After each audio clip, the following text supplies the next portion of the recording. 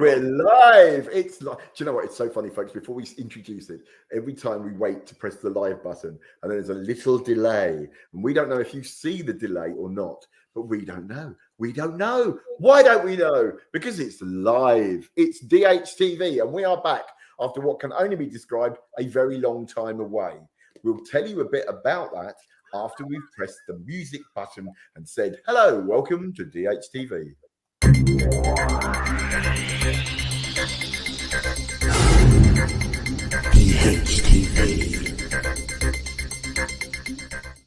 I've just realised that also I've lost about 10 inches of beard since last time I was on. Yes, I was thinking you look a bit more sort of groovy and you know, a bit. So the thing is, right, is you look a bit more fashion now Viking and probably a bit less what they were really like Viking. But you know, like the TV series. Have you noticed as well? You probably can't tell, but I'm starting to grow my own little beardy thing. It's very hard to see. Yeah. It's about a week, maybe less. So it's not too bad. But I'm thinking of, and you can also see that I've dyed my hair and it's got really grey. I'm just embracing the grey. See, my beard goes on the nipple test. You see, if I kissed on a good night and it tickles their nipples, it's too long and it needs a trim. Okay, I will. It's getting easier because I will not think that next time I come down to see you and go out for a meal with you and Don. I will just take that from my mind and tear it away. But yes, today we are talking, are we not, sir, about pain. The other things, there'll be waffle as well. But pain is our subject. And why might that be, sir? I think they might. I think. Did you have a headache on the third day after Christmas? I did. And didn't you have a slight twinge as well? There was an odd twinge on one of the days on Christmas, Yes. Or, truthfully, both of us had what can only be described as a right bad old time during the festive period. Do you want to tell your story first, sir? It's winter. For me, it always goes downhill, but I've got new pains coming on, which I'd never like. Old pains, they're like, hello, my old friend, I don't like you. I know you, you're familiar. But I've got a new pain, which can only be described as being right at the top of the prosthetic of the knee replacement, and it seems to go right round. And it's one where I can't continue doing what I'm doing. The others, you kind of push on and it's there, but we're like, hi, you don't know I'm in pain. But this one is a bit of a, all right, that stops me. That's nasty. And so, yeah, a lot of pain. I've been back on the Oromorph that I'd kicked or I'd stayed away from. I'm just going to put up with it. I'm not going to touch the Oromorph. Oh, did I feel it when I took some of that? Do you know what? It's ironic because as anyone watching may or may not know, I've not been well. I've got what's known in the trade as a spinal collapse. In that 3 years ago, I had a car crash and it seems to have weakened my spine. It's collapsing on itself. Sitting in a wheelchair doesn't help it, all that kind of stuff. And what it's doing is it's collapsing down. And so it's pushing out and also pushing in. So it's pushing down on the nerves and in on the nerves. So my leg has progressively... And it does. It's got more and more painful because basically I've like yourself, I've lived with pain since I became a wheelchair user. So 41 years of kind of coping with dislocated hip, nerve pain, all that other stuff. But this is super duper extra league. And Christmas, I've been waiting for Christmas, getting through, like you said, soldiering on. Oh, that's the point. Got to put it on the comments, otherwise I can't see what you're saying. That's what I've just realised. Yeah. So I've been fighting. I'm thinking, we'll get through Christmas, go to Christmas. I have no idea when my surgery is. I do now, and I'll tell you about that in a bit. Yay. But I hit Boxing Day and just crashed mentally. Couldn't do it anymore. So the day after, I rang my GP and said, could I have some of this new type of painkillers you were talking about that might work better? Fentanyl patches. No, not for me. No. But the main reason the problem was that they said, well, you can't take the stuff you've been taking for 21 years. So you have to take that and take fentanyl. And then so I came off codeine and went on to fentanyl. They But no basically took all your meds away and said, "Here, meds have and this." gave me a new med, and that takes 3 days to get in your system. So it meant I withdrew in a. The only way I can describe it, it was like something from Train Spotting. It was. I mean, the gut rot was bad, but the thing that was really bad was the pain just went like that, like kind of. I don't know what to do. My heart was racing. I was sweating. It didn't help that they took you off all of your opioids, and as we know, opioids tend to bung us up, and our bodies get used to it. And they opened.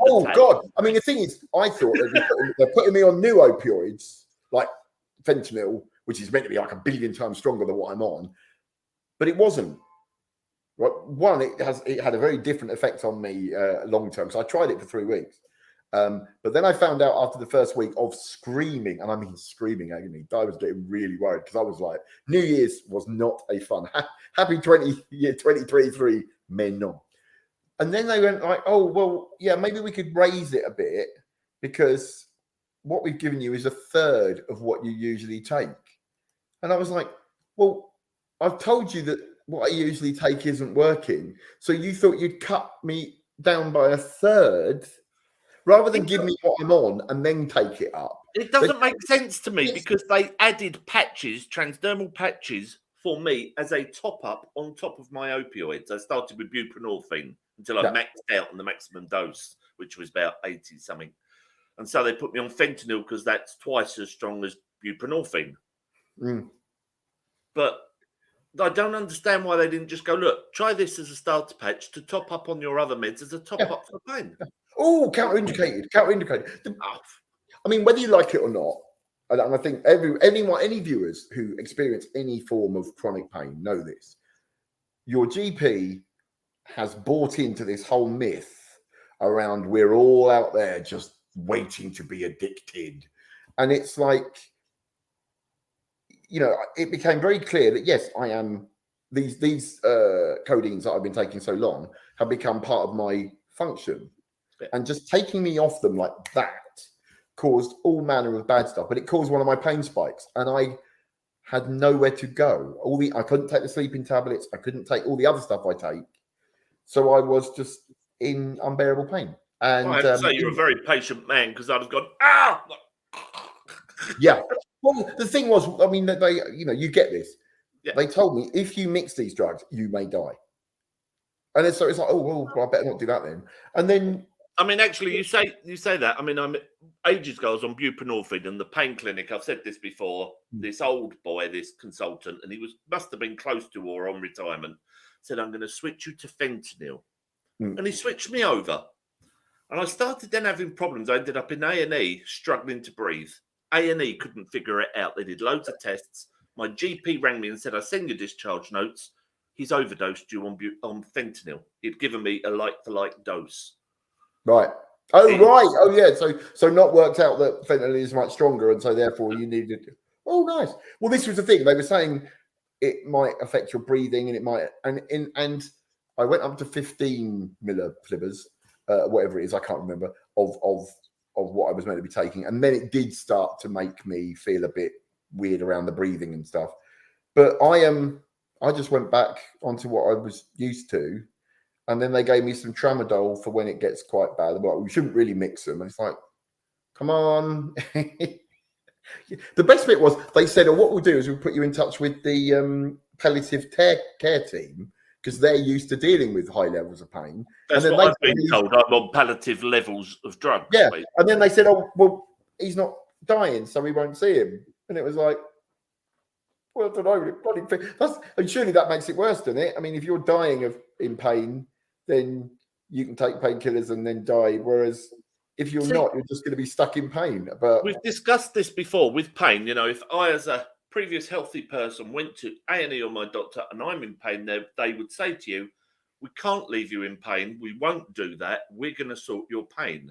Yeah. But when you end up with chronic pain, what happens is they go, it's kind of, they just accept that they like to fix. And when they can't fix, they just resign themselves to, well, you're in pain and we're happy to accept that. I don't know if there is an answer, but it seems like they're two quick and too happy just to say sorry.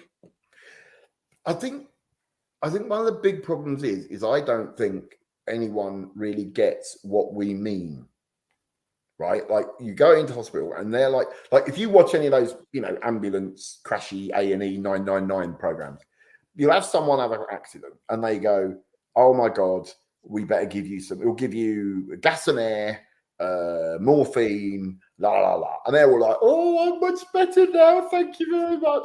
Right, but that's because they've broken a leg or they've done something, dislocated their arm or something, which can be fixed.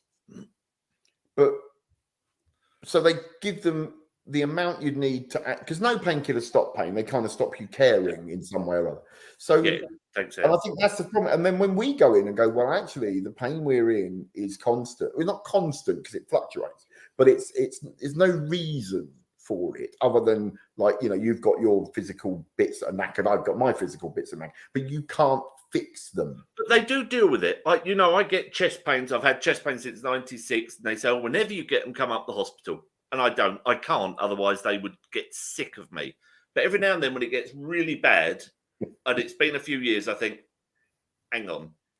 And a couple of years back, I went and got it checked. One, the paramedic that came past the bay said, "You was just out in the waiting room." I'm, "Yeah." He said, "Why didn't you ring us?" I said, "Oh, it's all right." And he was like mad.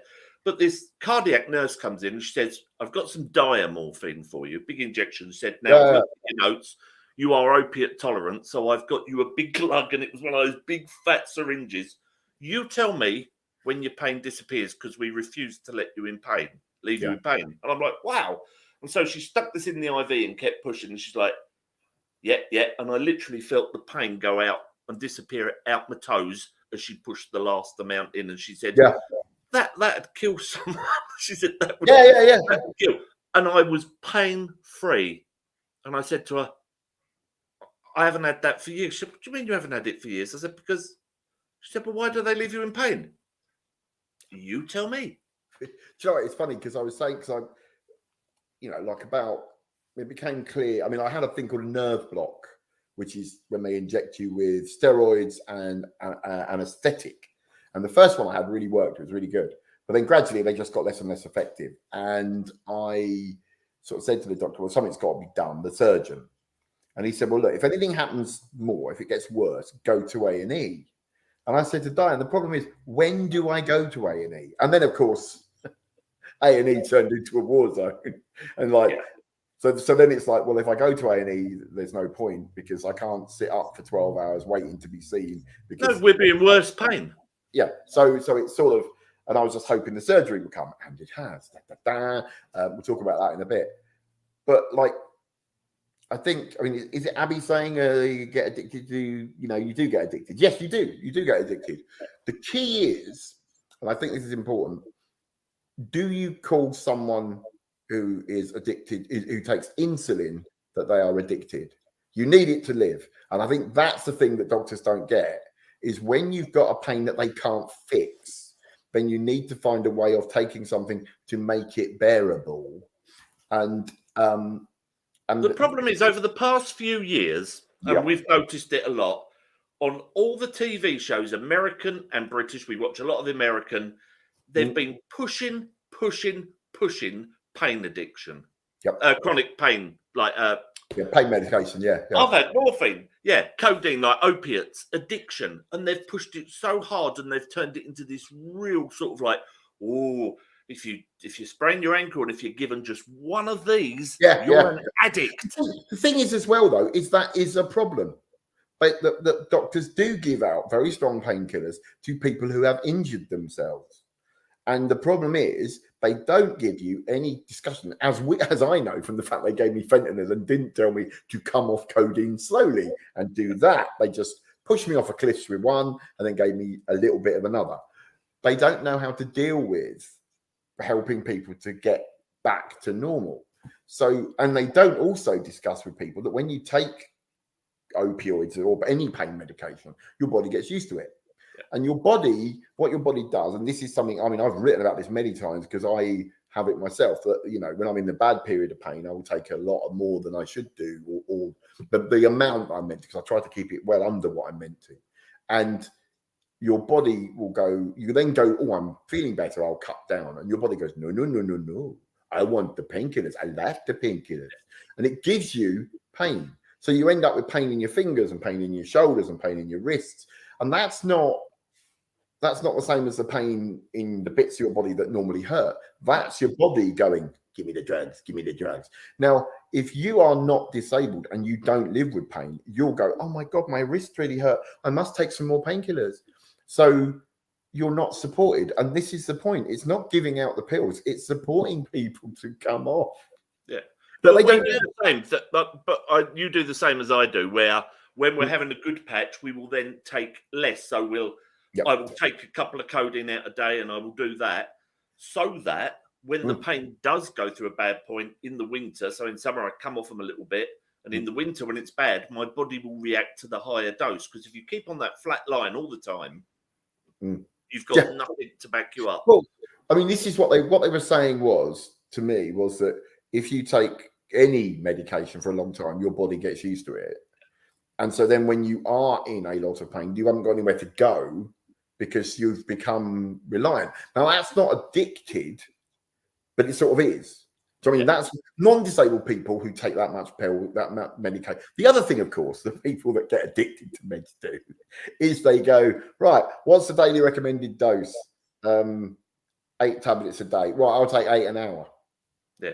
Oh, and if I stick it up my bum, then I'll get more. And if I drink, is it pineapple juice or grapefruit juice? Then it'll... All of that, I don't know. Do you know what? I used to know all good ways of doing all manner of other things, but that was when. But another thing they don't do. I mean, look, you and I, we went out for dinner, and there's Mick sat here, and look at us here on the screen. There we are. Mick, a little bit bigger than me.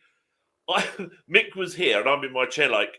I look like a sumo wrestler in a wheelchair next to Mick, who was like an Oompa Loompa off of Charlie and the Chocolate Factory. But they will say to Mick, right, you take 230 milligram codeine every 4 hours, and you take it. And yet I'm at the moment hovering just above 20 stone, just above 20 stone. I've lost weight, but just above the 20. Mick's probably around about 13, looking at him, 12, 13. Yeah, around about just there. Weighed myself. Right. This is the other thing that happens a lot. And this is why I'm scared about the surgery, is because when I go to surgery, they always look at me and go, you're a fat bastard, and give me about 3 tons more fucking pre-med and knockout drops than I need. And so I wake up and I'm puking for days. So I've got myself a set of scales that I sit on in my chair, and I weigh 84 kilograms. So just under, it's around 13. And so I'm going to go in and go, right, this is how much I weigh. Do not give me more meds. Many years ago, for one of my knee surgeries, the anaesthetist came and saw me, and he says, I see you've put on weight. I think I'd gone up to back then about 17 stone. He said, I'm going to be honest. If you put on any more weight, I'm going to have to ask you to run down the corridor and I will dart you. Which I like. I personally found that funny. I think the anaesthetists have got some of the best humour. And I love that sensation when they put you out and that white stuff goes in. I love it. You mean, okay, count backwards from 10. 10, 9, 8, 7, 7, 7, 6, 6. Chive will take in your mouth. I mean, you wake up later and you're like, oh, it's all over then. Yeah. Why? How do I know that I'm finished? Well, 1, I don't know what happened, but 2, I think I'm going to be sick. Oh, I'm never sick. I'm never sick. You know what? I woke up once. They say they won't let you out of the ICU until you've peed. I remember waking up once and I came to, and there was a stream of piss shooting into the air onto the poor nurse that was waking me up. And as I woke up, I just let loose. My last surgery, I woke up in the recovery room, and I could see them laughing. And one of them walked over and said, "It's okay, you're in the UK." And I'm like, "What the hell what? Well, why wouldn't I think I'm not?" I never did find out. I didn't ask. I was just too. I am. One of the things I also discovered on fentanyl, and it's funny because it's something I discovered is it Octanorm? That's the painkiller they give you in hospital in the injections. I can't remember. It's called. It's like Oromorph but injected anyway. Diamorphine. Well, yeah, but it's got a name. Yeah, basically, yeah. And I was it affects your brain, because the fentanyl made me so depressed. And I was thinking, well, this is bad. This is, it's me losing the ability to fight the pain, etc. And then I stopped, went back on my codeine, and within a day, I was laughing and I felt me again. And I was like, well, how scary is that? Because no one told me that one of the lesser known side effects is that it affects your mental health very negatively. Because I needed to be happy to hang on to my brain when it hurts. And I'd lost the ability to pace. I don't, I'm still working. And what I do is I wake up at 9, do a bit of work from my phone, and then I gradually get dressed over about an hour and a half, because I can only do 10 minutes of sitting up before it hurts. Then I sit at my laptop, and Matt seems to... Don't sit on your phone. laptop, you'll break it. Yeah, don't sit. But isn't that funny? Fentanyl, Mik there going, oh, no. For me, it works. And this is it. It's about finding these right meds. What I like about the patches is it's not something else that's going through my gut, because you take codeine, your liver turns it into morphine. It affects everything. The thing, what's really weird is because they kept giving me, like other things as well on top of so they got the patch, which I actually put on my paralyzed legs, because oh, that's great. I don't even know it's there then. Other than the pain, but we won't go into that. But I also had the Oromorph. I also had a different type of ibuprofen and that made me have more upset stomach. My stomach bloated out like a balloon. And I thought, is that what's happened? It could be that, because I was going, I'm getting really, really fat, and I was like, dying. Look how fat I'm getting. And then this is cake. Cake and biscuits. Trust me. You say that. You might just, you might do that. I had a lot more wins, but we won't go into that either. So. I'll tell you a good thing about fentanyl compared to buprenorphine. I don't know if anyone has buprenorphine patches. I started on a 5 milligram buprenorphine patch like that. Before I knew it, my patch was like that, and the buprenorphine is like a plaster that sticks on your back. Yeah. And I had two, a big one and a small one, and they stick like to a blanket. And Donna loved patch changing it, because she'd go, "Are you ready?" And I go, "No," and she'd tear it and then laugh as I was laying there yelling like a girl. Whereas these ones, they're kind of clear, aren't they? No, the ones I've got were like sticking plasters, but they didn't stick to me at all. In the end, I had to wear a. I don't know if you can see. No, not really. No, not with my eyesight. Anyway. No. But yeah, very, very small. Yeah, no. But these I had to stick. So I put them on my legs, because I could put a tubey grip on them, which would keep them on long enough. They're meant to be on your back or chest, aren't they, or arms? It's meant to be on your upper body for some reason. No, it's all bollocks anyway. So basically, I'm happy where I am. But I think, I know that, lots of people that have been talking about pain online, Avril, different. Lots of people have been in touch with me about their pain. I think it's really important to remember that everyone's pain is everyone's pain.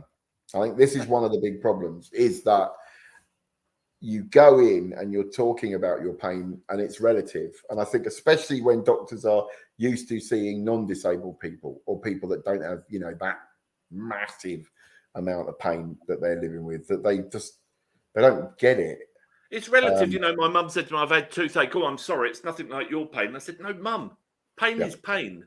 Because I'm in pain, that doesn't lessen your pain by any means at all." But what gets me for pain, and I think where people don't understand, is, look at us. We're here like this, but it affects you.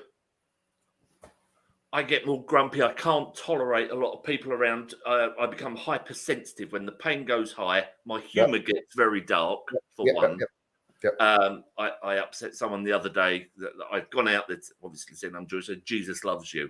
And I shouldn't have said, "I know he sends me dick pics," but I was in a lot of pain. And this is what happens. So if we get visitors, and that's going on. That for everybody that has ever asked, what can you say to someone that says, "I'll pray for you because Jesus loves you"? That's it. No, it's not. Don't go there. No, I feel very bad about that. But also, I get more grumpy. I can't tolerate things that I sleep in on Tuesday, Wednesday, Thursday. The kids get dropped off here, and my wife did at 7:30. My wife takes them to school for 9. I sleep in those days, not because I need it, but because I can't. Them in the morning. Yeah. It's all, it's all about, if you're fried, if there's too much going on, you can't handle your pain as much, and vice versa. Yeah. And people don't understand that. You're not in pain, but it's always on the settee anyway. And I'm like, I don't want visitors. I also then want simple food. What do you want tonight? Just chicken or chicken nuggets.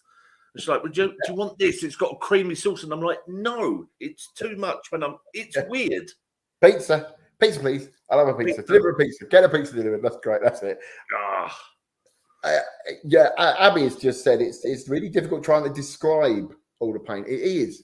And so I was trying to get this across to the surgeon. It's like, look, I have my normal pain, my hip pain, my shoulder pain, my leg pain, and nerve pain.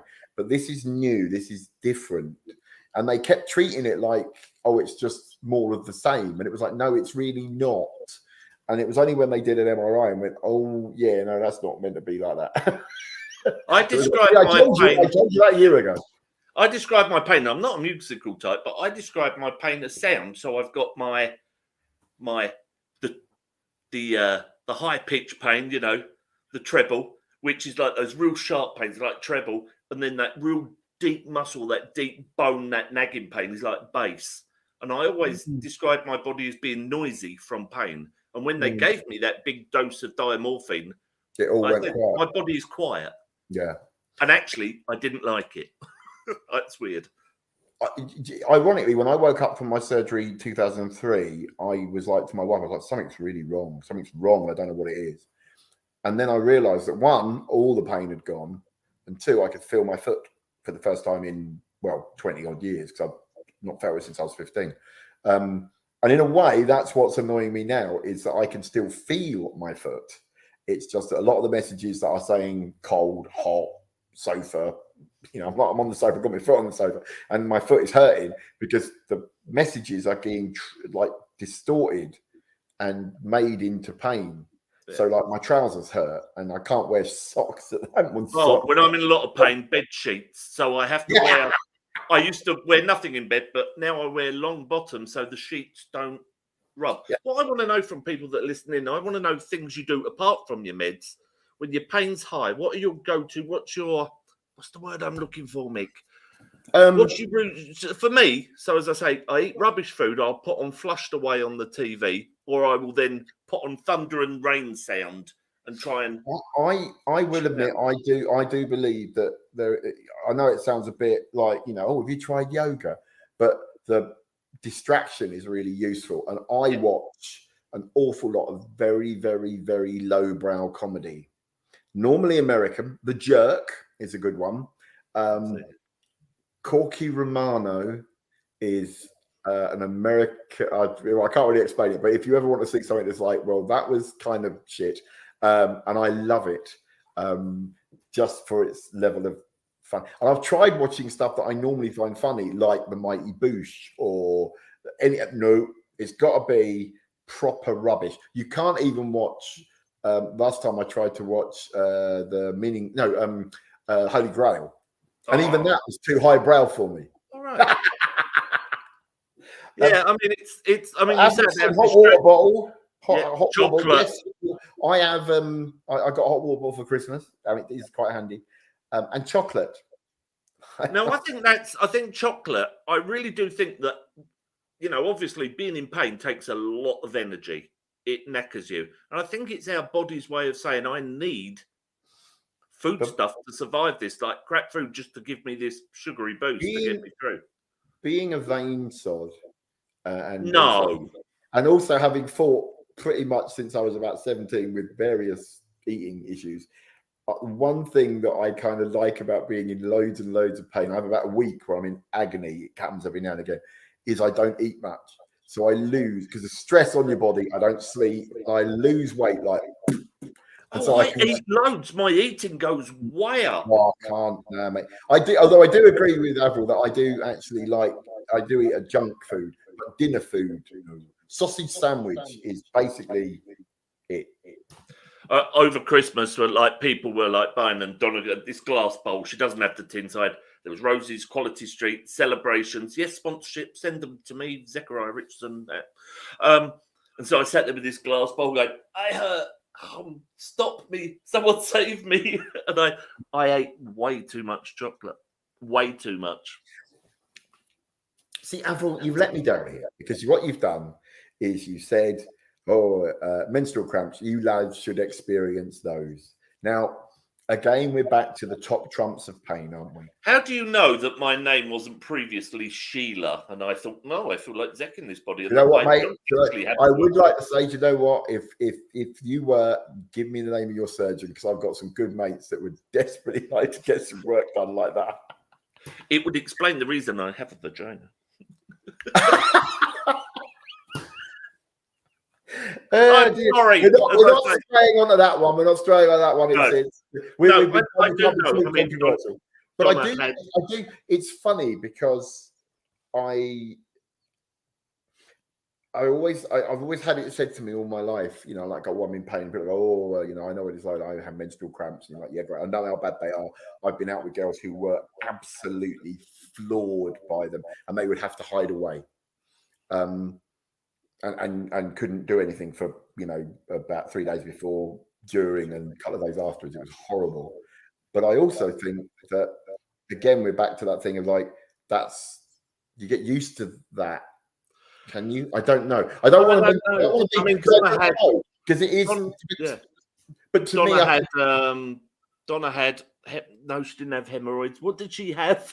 She's going to kill me for saying she had hemorrhoids. That's piles. She had cystic ovaries. Polycystic ovaries. Yeah, polycystic ovaries, but also the scar tissue in the womb. So I mean, there were times she was double dose. She was in bed in absolute agony, and so I'm kind of like. Yeah, but this is the key, I think, is that we have all allowed medicine to move away from the progression of treatment around pain. I don't think that, like, if you think about it, we're all still talking about opioids, which are basically like man-made morphine, because morphine is basically from the poppy. So we're talking about really and not the seed.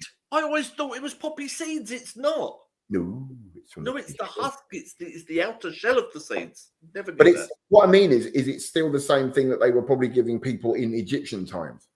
So I mean, as soon as someone found that out, that was it. Oh well, we'll grow some poppies. Great, there you go, painkillers. And that's scary to me. And it's funny because I do a lot of work around teaching the social model of disability, and lots of people say, well, what does it mean to pain? Pain's a medical issue. And I'm like, no, it is treated by medicine, but it's a social issue, because if society wanted to, the mechanism for pain isn't a big complex one. It's pretty easy, you know, and there must be a way of treating it so it blocks it. Look at this way, right? Would you rather be in pain and be able to feel your body and know that you've hurt your hand, say, or would you like to say, well, can I have some time where I don't feel any pain so I could break my finger and not know, but at least I wouldn't be in complete agony, and then I'd have to be careful with my body?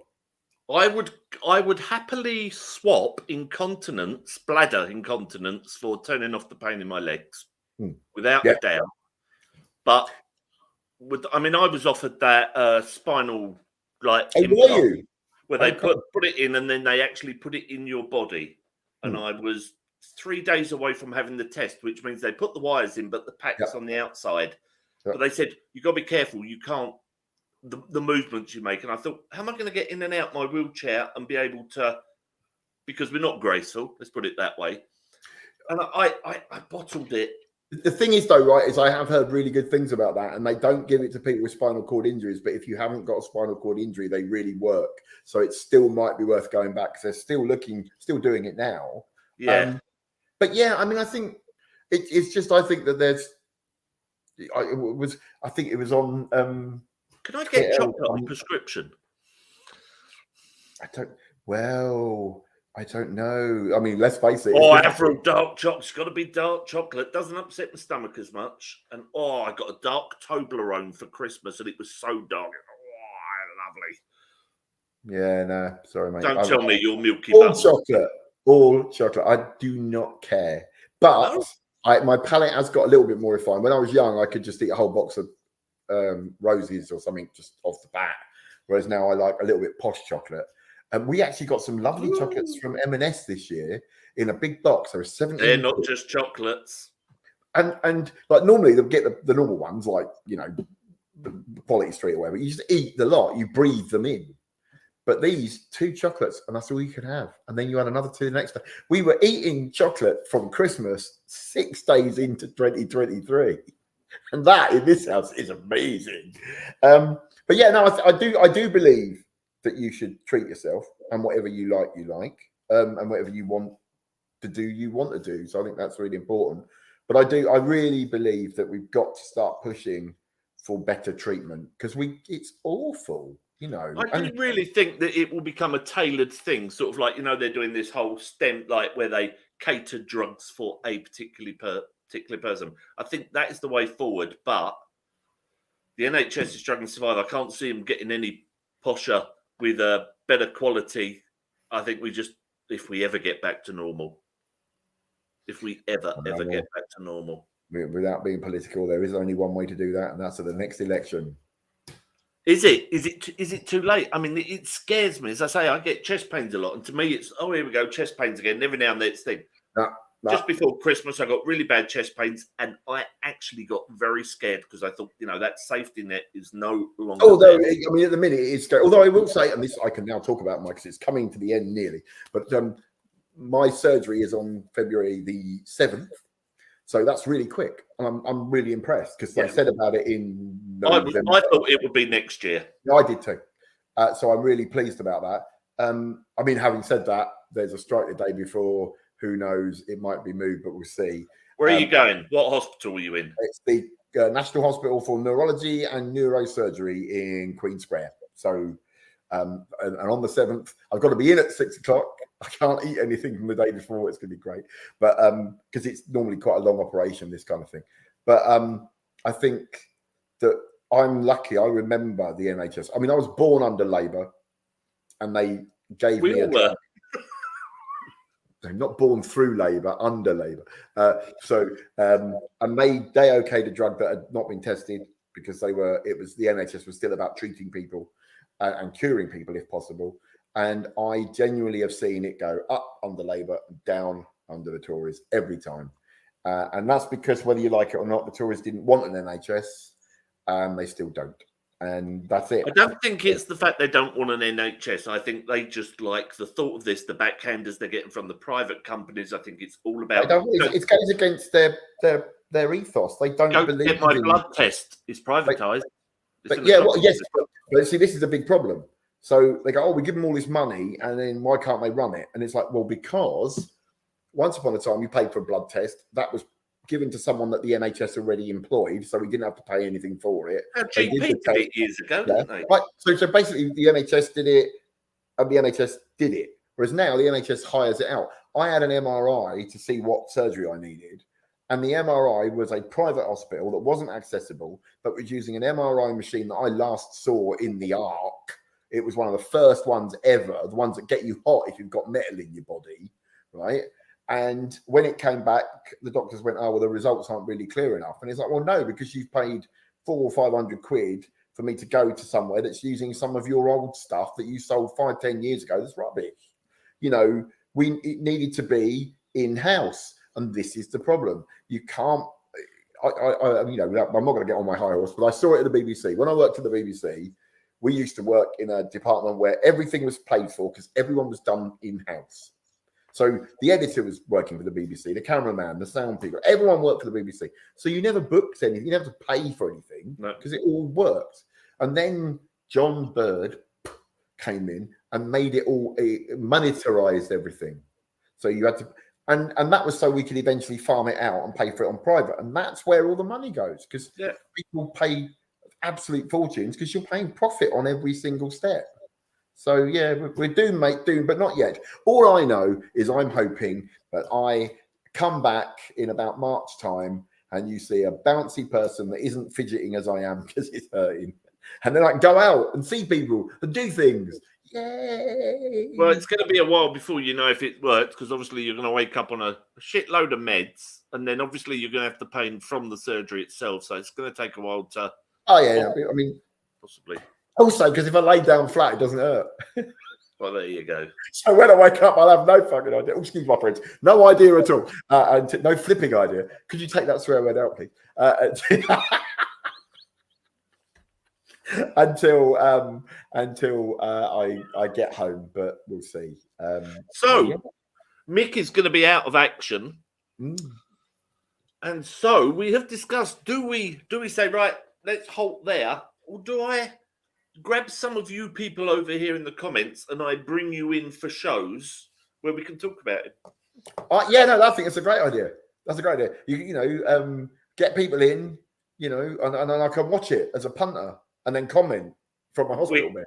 We get Di to get us a photo of Mik when he's just woken up from surgery and he's not prepared himself. Do you know what? I genuinely, I'll actually stick a few pictures of my post-surgery pictures. I do take pictures in hospital, but I am so vain that I make sure I'm looking human. It's part of the reason why I dyed my hair and I'm growing the beard. So I don't have those. I've also bought a really lovely dressing gown stroke, like, you know, like you get Scrooge has got like a night shirt on. I've got a really cool night shirt that's coming, so I can. I've got a night shirt. I got a night shirt last year. It's a prop. I even got the hat with it. And this is, no, honestly, it's the brushed cotton one, so it's thicker, like the old pajamas we used to have, like the flannel type one. In the winter, put them. Oh, it's so warm. Yeah. God, I must admit, and this is probably one of the sentences I'll leave you with. I've got a bit of a thing for flannel pajamas. But you say you got a bit of a thing. Diane has got a few pairs that I bought her over the years. Oh, hang on. I would say flannel is not the normal thing you will find in married couples. It's normally, hello dear, I bought you this silky item. You're like, Di, I've brought you a Wincey nightie. I'm afraid I'm a very complex man with a very long list of things. That was because his nanny used to wear a Wincey nightie, and ever since. And as always, we've gone way off. Yeah, no, way off and way behind. And of course, the other thing I've got a thing for is nurses. So hospitals are always good fun. Oh, I did until, old style. I mean, I love the old films. So if it was Babs walking in a little uniform, I'd be right happy. But so at me on Twitter @sat on my butt. If you want to come on the show, you tell me what you want to talk about. Yep. And we will bring you in. Even if it happens to be two of you ladies go, no, we want to discuss this because it's female related. I will bring you on. I will step aside. I'll be there, just nodding and saying stupid crap in the wrong places. But, we will keep it going, I think, because we've been gone for quite a while. We have. And, I know what I can do is I can send you little videos going, and here's a little message from hospital. Don't enable him, people. Do not enable him. But so I thank you very much, Avril. Thank you, everybody. I won't be here for a little while. I'll be being rebuilt, becoming. What's the second one? Hang on. We've got cross fingers, and then we've got two candles on a green stick. I don't know. Hang on a minute. Where's my magnifying glass? Oh, and then we've got clover, 4-leaf clover. That's like I'm trying to figure out what the middle one is. And then I don't know what the middle one is. But yeah, you contact Zec and come on the show. Do a show about whatever you like. I'll watch and I'll join in the comments. And then when you see me again, I will be back and hopefully rebuilt in a way like Steve Austin, the $6 Million Man. Who ran with one bionic leg. The 5.5p kid. Oh, dear. So apparently Sarah hopes she feels better after your surgery. Do you know what? Pesky. We know what you mean, Sarah. Sorry, I couldn't. I know it's a pesky spell check, but yeah. Oh, there you go. So, yes, that's it. Do you know what? Actually, it was Lucky Bamboo. We haven't actually talked about, the ladies' issues. As I say, we did have.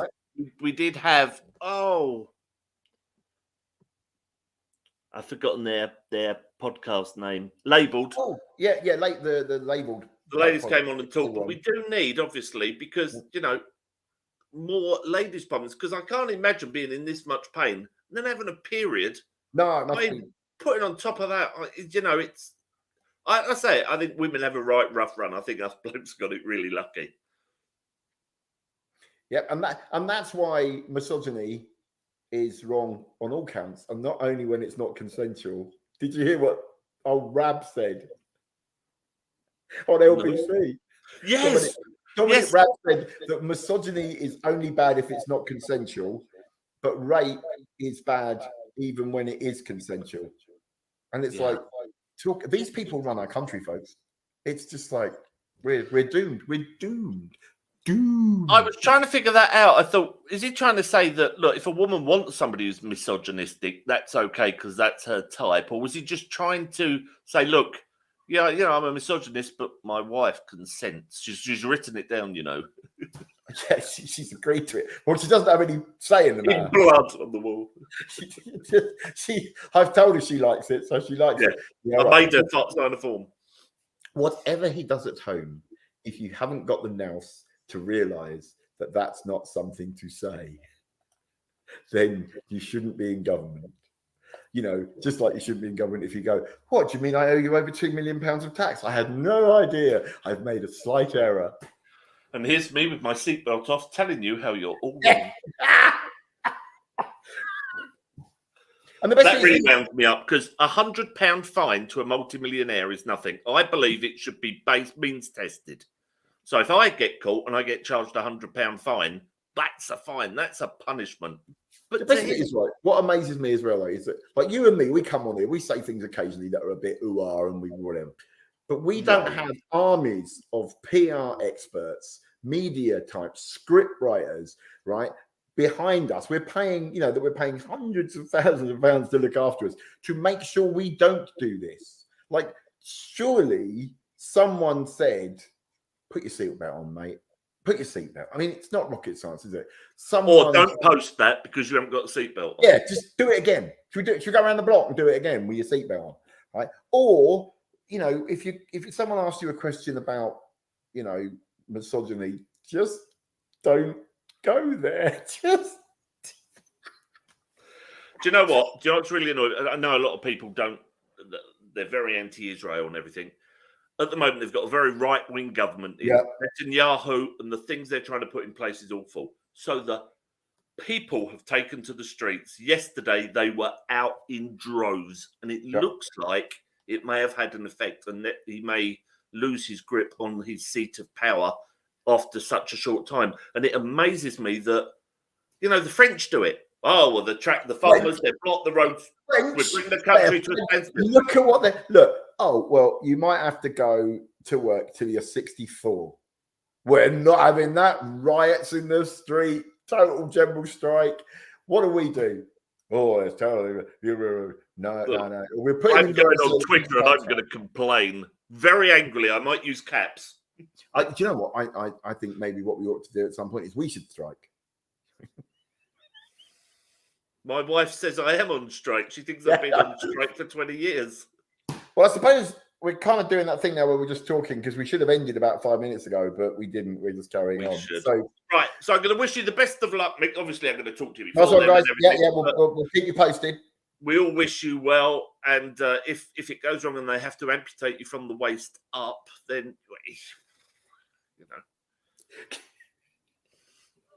I'm ever so sorry, Mr. Scarlet's legs, but we chopped off the bit that works. How are you feeling? Oh no, we threw away the top half.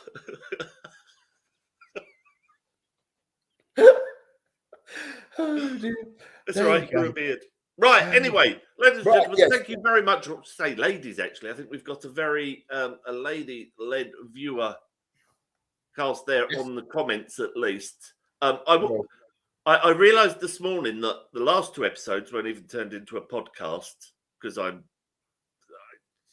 you were poorly. It was festive and you were poorly, mate. So no, I just forgot. Davros. Yeah, I like that, Avril. I've always wanted to play Davros. I know we've got Ruth Madeley coming up in Doctor Who soon, but I should be Davros. Or even better, sexy Davros. Sexy. The new Davros. And with that, ladies and gentlemen, thank you very much. We wish Mik the best of luck. So it's a good night from me. Folks. Have a nice time, Zec. Enjoy your guest. Don't forget, be the guest. Come on and be the guest. Be my guest. Yes, ladies, do come on. Run this show. Goodbye. Yep. See you soon, folks. See you when I'm better. See you on the other side.